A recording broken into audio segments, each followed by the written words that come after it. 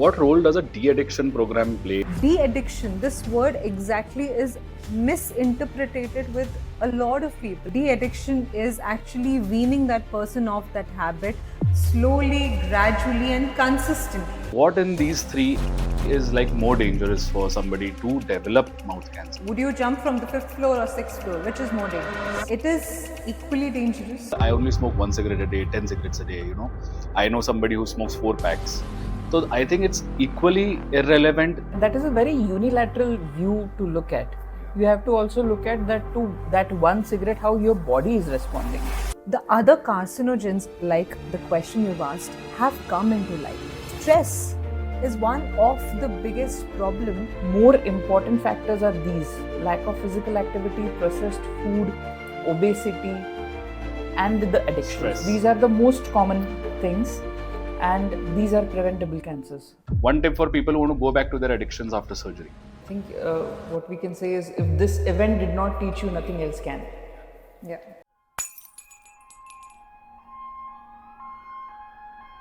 It's not just a conversation about medicine or the disease. It's a conversation about life, challenges, solutions, and a new ray of hope. Today, let's go off the script with Dr. Rachita Bahety and Dr. Ashutosh Tondare.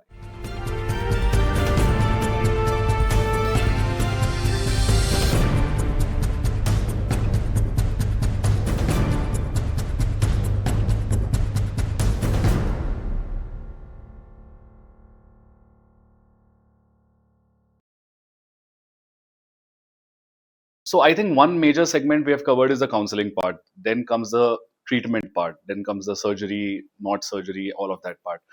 What is beyond all of that? So I think maybe about the post-treatment recovery also. And then in terms of oral cancer, there must be other therapies also that. So what is it like? As oncologists, our baseline or the base aim is quality of life. If I'm conducting a research over 1,000 people, the end point, what I would see is quality of life. That is our end point. Surgery is the starting of the treatment. Other forms of cancer treatments are a part of the journey. As an oncologist, I would then start the patient's quality of life journey post-treatment. That includes they maintaining themselves with the new environment. So if I have done a surgery where a part of face is reconstructed and given a new, environment, for the body, for the face, for the mouth, it's a new environment. So people have to accept and put themselves into that environment, right? That's the first part as to how do you maintain the new area. The next part is what is your feeding schedule? How do you go back to your measures or the weight measures you were pre-treatment? The third is regaining your strength. So there is a lot of physiotherapy that is involved. There is a lot of yoga and meditation that we prescribe so that, they come mentally and physically, they come to a certain peace. With active physiotherapy, and we have these people on board with us, the qualified physiotherapist, and they have a specialized team which only sees cancer physiotherapy. They work with the patients and they get them back to their strengths. The next is speech and swallowing therapy, where people are trained again to go back to their normal.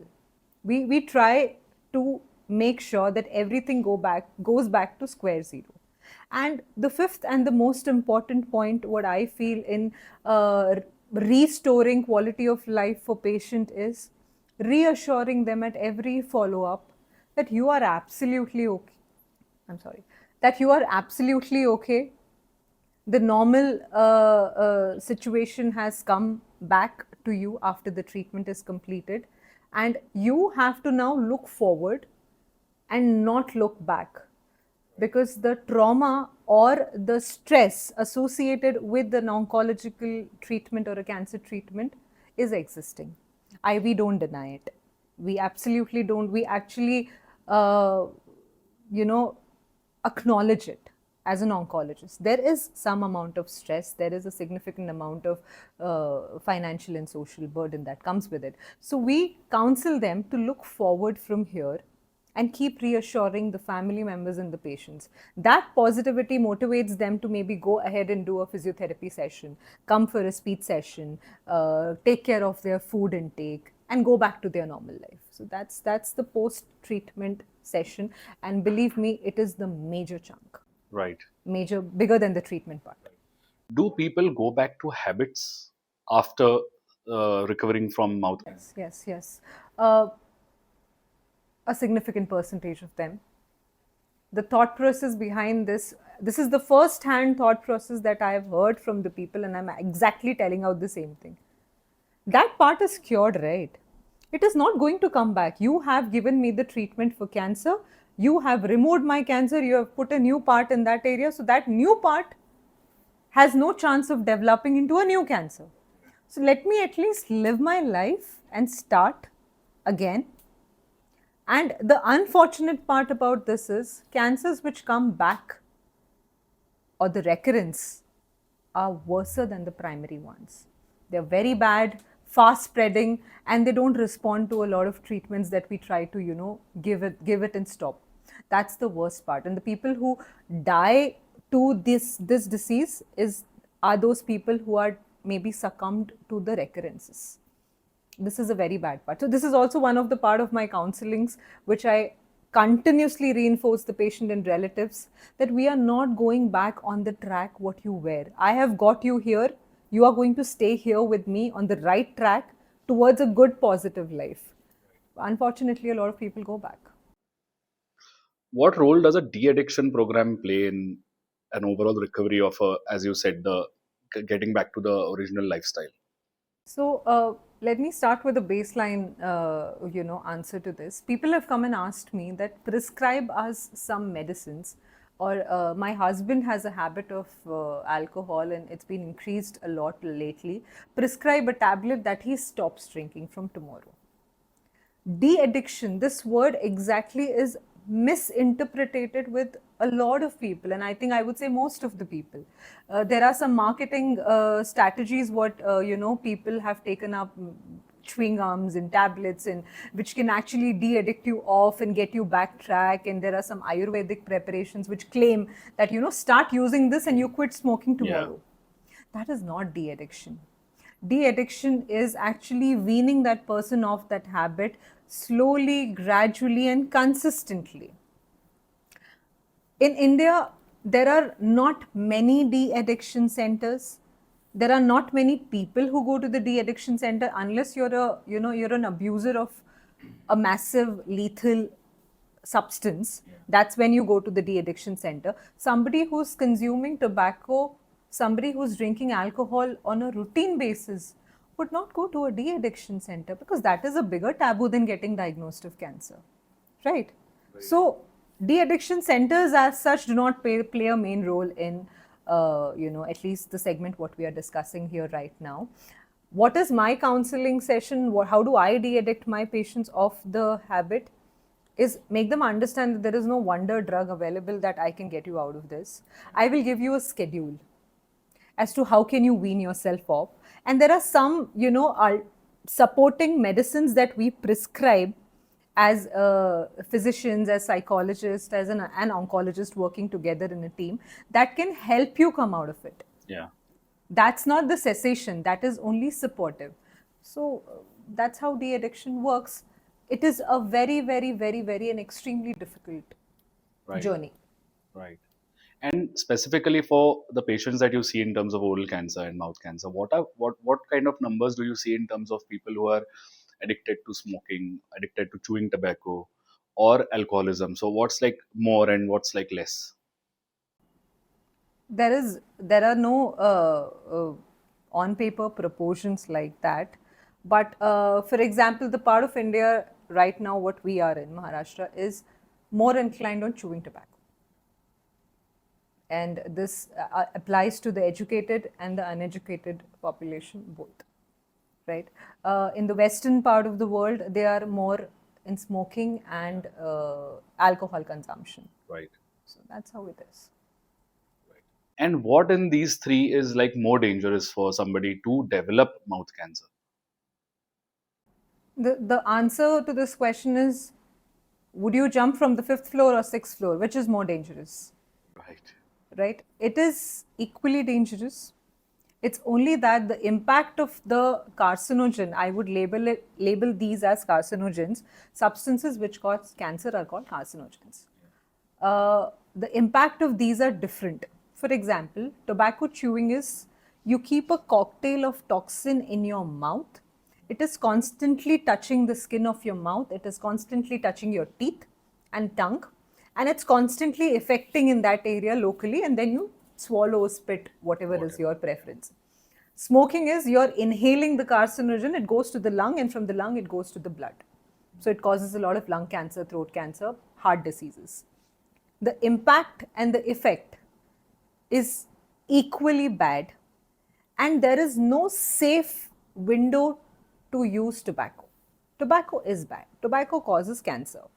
There are patients who come and ask me that if I only do it for 5 years, will I still get cancer? Or I have only done it for 5 years. How can I be diagnosed of cancer? Right? Either ways, there is no safe window. When would your body develop into a cancer? That timeline, I don't think anybody can answer. The example that you gave of 14-year-old child, he probably had it for 2-3 years and he still developed cancer at 14. Yeah. And I've also heard people saying, "Yeah, I only smoke 1 cigarette a day, 10 cigarettes a day." I know somebody who smokes 4 packs. So I think it's equally irrelevant the number of cigarettes you're smoking or the number of. That is a very unilateral view to look at. You have to also look at that one cigarette, how your body is responding. It is a combination of these two things, not just how many cigarettes. Yeah, true. And apart from, of course, tobacco, we have talked, alcohol, we have talked. Apart from these, what are like the other carcinogens that you guys come across on a very regular basis? This has been the cause of this. So there have lately been some talks in the social media, or there are these people who talk about that cancers are getting detected very early nowadays, or cancers are getting very powerful nowadays. And, that is the reason it's coming to light. That is not the situation. The disease is where it is.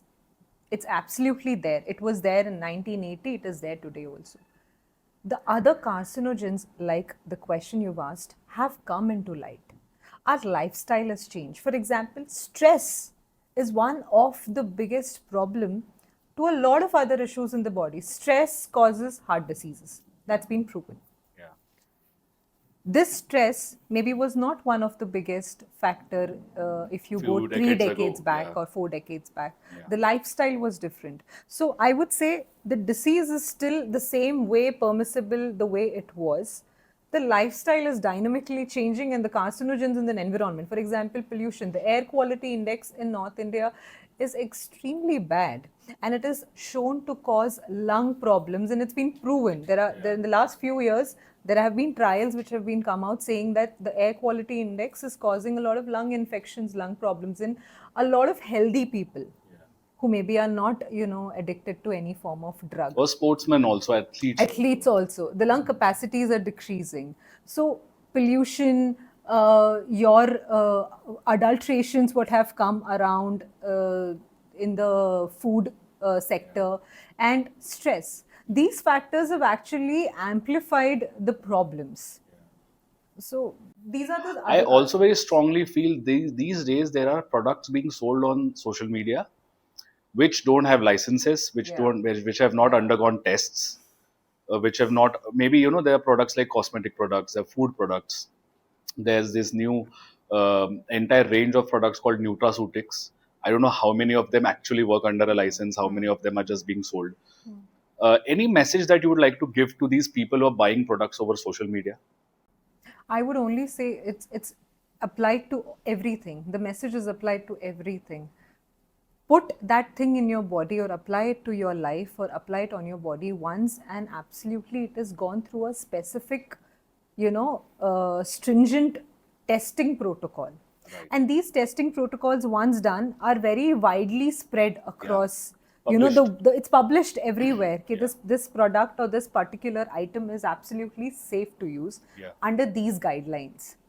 Correct. Unless and until that is, not done, don't just cut, copy, paste the westernized, impact which has come. A lot of Korean skincare has come up. Yeah. They might not be authentically Korean. They might be authentically Korean. We don't know that There's yet. a huge fad around this Korean glass skin. Korean glass skin.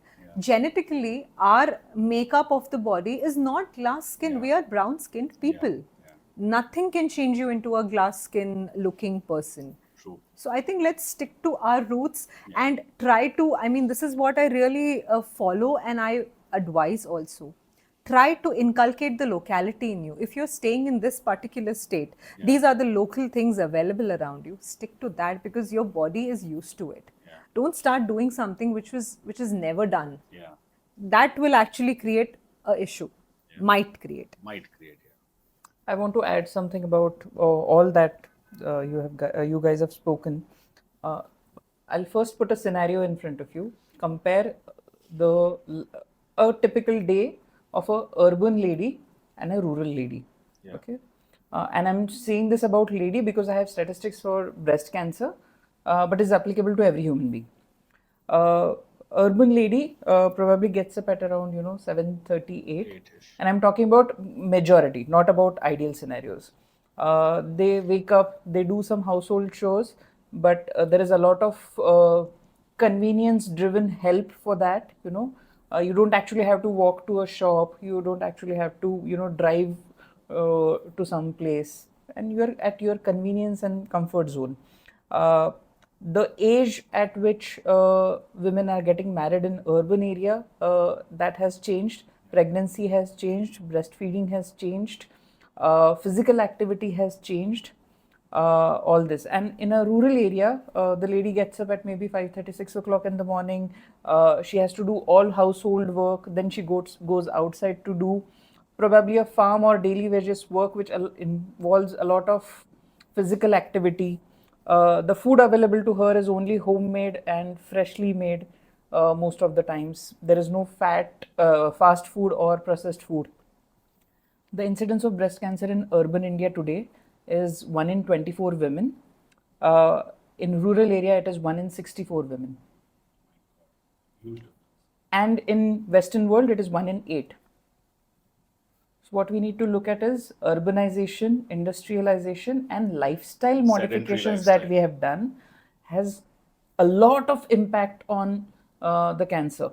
So yes, the carcinogens are probably coming and going and contributing to cancer diagnosis to a certain extent, but the more important factors are these: lack of physical activity, processed food, obesity, and the addictions. Stress. These are the most common things, and these are preventable cancers. If we remove all these from our life, around 40% of cancers will not happen. It's a huge number. So lifestyle is a main thing that we need to talk today. Right. I think there's a lot of awareness going on around that, around sedentary lifestyle, around and it's not just for cancer; it is for every health, disease. every disease. I think the heart disease, heart disease, stroke, lung, everything. Everything, I would give a little bit credit to the social media also, meaning we have talked a lot negative about it. Let's talk a little positive about it also. At least the influencers and the celebrities are motivating the regular people to involve themselves in various forms of physical activities. And people are doing it. You may be doing it only for your status. You may be doing it because you want to make an Instagram reel, but you're doing it. Very true. So that's a positive side of things that are happening. People are promoting fitness. People are promoting hobbies. People are promoting spending good quality time. Mental peace. Maybe meeting a therapist. All of these have become, it's becoming normal. I recently, this has been a very popular reel. I also came across this recently that, if you're working on a laptop for the entire day, say 10 hours, 12 hours, IT people mostly. So take a, 3 minutes break every 1 hour, something like that. Walk, sit, give some rest to your neck. So these are small things that people are trying to build awareness around. But I think in terms of cancer and in terms of, as you said, 40% is a huge number. We are a little lagging behind, but I think, we still live in a hope as oncologists that we are going to be there one day. People are going to come up to us saying that this is abnormal, can you check us? We are waiting for that day to happen. And it's not about staying and sitting in a situation and waiting for it. We are actively working for towards it. that I want that day to come. Yeah, I think you have very rightly in the earlier segment of the podcast said that um, the from spreading awareness to taking action, that journey, I think that should be re-emphasized, and people should actually start working Yeah. towards doing that. Yes. See, now if somebody is buying a car, initially it was which brand, Yeah, my budget, good color. correct. Now people are looking at mileage, the type of engine, this and that. So they're going into the Interiors, technicalities, yeah, interiors. They're going into technically, they're taking an informed decision for themselves. Yeah, That needs to happen with their body also. yeah, I'm ignoring a symptom. Am I taking an informed decision while ignoring that? correct. That informed decision and responsibility towards your own health has to come. Correct. Otherwise, that awareness to action pathway will never be built. Correct. The gap always remains. Yes. Yeah. I think it's been a great conversation so far, and we have actually touched a lot of points and a lot of things about awareness, about action, about what to do, what not to do, and a lot of curious questions have been answered, I hope. Um, Before we close the podcast, I would want to move to the rapid fire round, which is going to be fun and we'll keep the energy bubbling also. I'll ask you quick questions. You have to answer in one word or a short sentence. And immediately after the rapid fire, we'll move on to one more segment, which I'll announce when we go there. Right? So here we go. First question is, what's tougher, treating cancer or fighting misinformation? Fighting misinformation. Fighting misinformation. One word you will associate with cancer awareness. Lack of action. Awesome. Uh, One habit people should drop to live healthier. Fast food. Awesome. Okay. What is your go-to stress buster after a long day in the OT? Watching TV. Okay, nice, nice. What was the most absurd thing you have heard a patient saying to you about I their will disease? die, but I will never take chemotherapy because it will cause hair loss. Okay, so hair is more important than Life. than life. Yeah. One thing that your practice has taught you, which textbooks never did. Cancer is not just a disease of body, but also minds and souls and society. If not a doctor, what would you be? Writer. Writer. Oh, nice, nice, nice. Okay. Um, if cancer was a person, what advice would you give it? Stay away from us.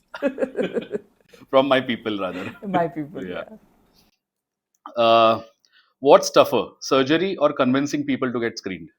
Convincing people to get screened. Is tougher. Yeah.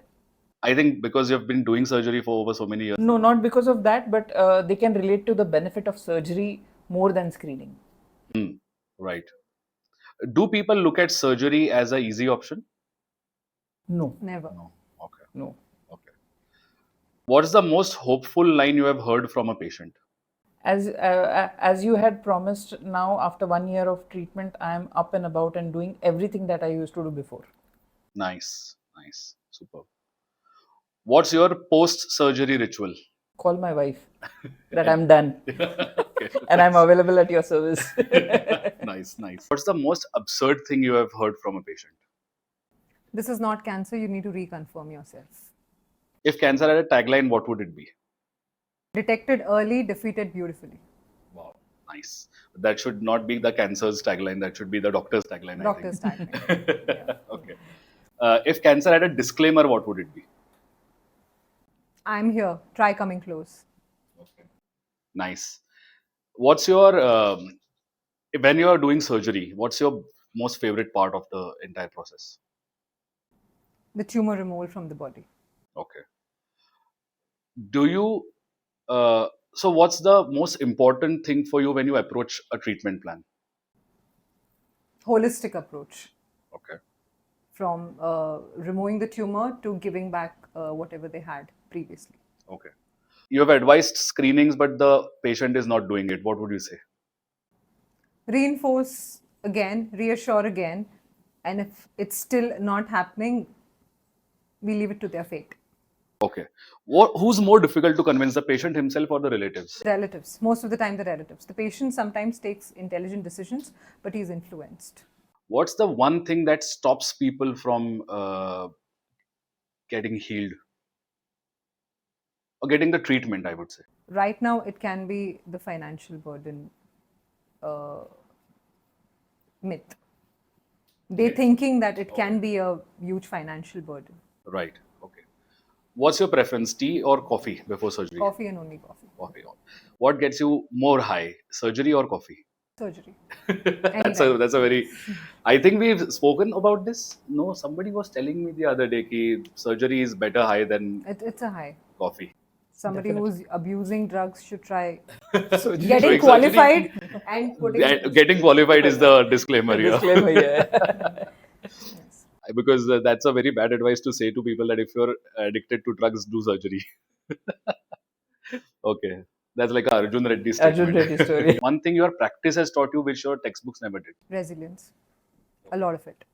What's the most important thing while counseling patients that you should have? Maintain the positivity in the room. Okay. Maintain it, yeah. It's very difficult and very important. Okay. Optimism or patience? What's more important? Optimism. Awesome. What's your go-to stress buster after a long day in the OT? I have a good chat with someone and we talk about the surgery, what I just did. Okay. That's a stress buster. That's a someone stress. is him. I think that's why he also said, "Okay, I'll call Yeah, my wife." And yeah. so do you That someone is brief him. each other about how the Yes, surgeries yes. went? Yeah. Brief extensively. So you do that before also? Yes. The plan is set before. Yeah. And after it's done, immediately the first thing is we call, and this is what I did, this is how I went. So And that's can we how say it is. that both of you are specialists in both of your? The reason for our marriage is that. That's the reason No, for our actually, in our courtship also, more on about surgeries and less about relationship. That is More what me, has I think happened. after 5 minutes of texting each other that, hi, I'm Rachita, acha, you're Ashutosh. This is my today's case. See, Okay. he's a random person. 5 minutes, he's a random person, right? I don't know him. I sent him the case, he put the inputs, I'm like, I can talk to you. If you don't understand That what was I've a done, deal I will breaker not for talk her. to you. Deal breaker. Yeah. Yeah, that was a deal breaker. Otherwise, I would not talk to you. So, yeah. So a deal breaker for you was You understand what I'm doing. Yeah. And appreciate it. Understanding meaning, oh, I have Yeah. understood. Oh my God, wow. No, why is it wow? You tell me Yeah. the points. Yeah, Yeah. that's how it is. So acknowledgement or appreciation? What's more important? Acknowledgement heavily, and especially when it is acknowledged from a cancer warrior, it's truly a bliss. Superb. De-addiction programs or awareness programs? What would you like to do more? I would want to do awareness programs that will enroot itself to de-addiction. Okay. Doing awareness programs in urbanized areas or rural areas? What will you prefer? I don't want to segregate it at being urban and rural. It's only the infrastructure segregation that has happened. We want to do it equally everywhere. Training women versus training men. What's easier? Training women is much easier. Men have a certain quotient of denial higher than women, A. And men getting trained by a female is another stigma. What's the biggest problem you face while training people on in the rural areas about cancer? Unapplicable to us, so that we are not going to listen to you, and they will start relating it to situations which is like you're talking about a tsunami training which might never happen, but you're trying to train people for how do you evacuate during a tsunami. So they correlate it like that. This is never going to happen, so we would not. So Nagpur mein tsunami aa hi nahi sakta, that kind of a phenomenon. Why are you talking Yeah, about why are you even talking about it? Yeah. Yeah, like that. And, one habit you think everyone should drop to live healthier? Stop Googling and WhatsApping your symptoms. Yeah. You're living in a, pre-concluded mind state. Don't do that.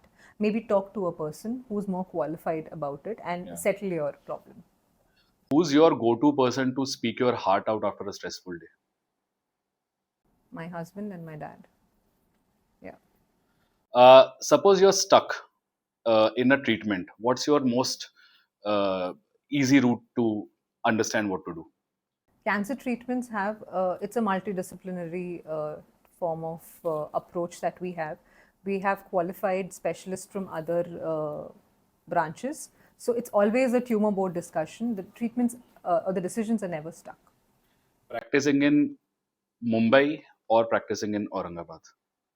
I would say practicing in Aurangabad. Okay. And practicing in India versus practicing abroad? Practicing in India. And that should be for you also. I'll ask you right away. Like practicing in India or practicing abroad? Definitely India. Where did you enjoy your fellowships more, in India or in England? Enjoyment was same both places because I was learning new things both places. Right. But drive to work was always more in India. So you connect more with the people around. Connect more. There is a lot of potential to do more. Yeah. So yeah. Okay. Awareness programs or patient counseling? See, there is no definite segregation. Awareness programs is for healthy people. Yeah. Counseling is to the patients. Yeah. But yes, if awareness programs are more effective, I'll have less opportunity to counsel. Yeah. But what do you enjoy more? Difficult to choose, but I think more of awareness because I'm connecting to more people in a single go. Yeah, single go. Yeah. So in an everyday basis, what's the toughest part of your job? Breaking the news to the family that this is cancer and absorbing their emotions firsthand. It is a tough part. One tip for people who have just realized they are diagnosed with cancer? Relax, breathe. It is definitely going to get okay. It's 2025. One tip for people who fear to go for regular screenings? It would not be you, but if it is you, get it early. One tip for families supporting a loved one with cancer? They just require a lot of reassurance and love. One tip for young doctors entering into the field of oncology? It's a road with a lot of potholes. You have to make your way Navigate. out and continue the passion. Okay. One tip for people going through mental depression sort of because of cancer? Seek professional help about it and get back on the track. One tip for people who want to go back to their addictions after surgery? I think what we can say is if this event did not teach you, nothing else can. Yeah. So I think it was great. Thank you so much for coming here. Thank you so much for giving us the time. It has been a pleasure, and I think I'm very excited to put this up on the channel as soon as possible. Thank you so much. Thank you.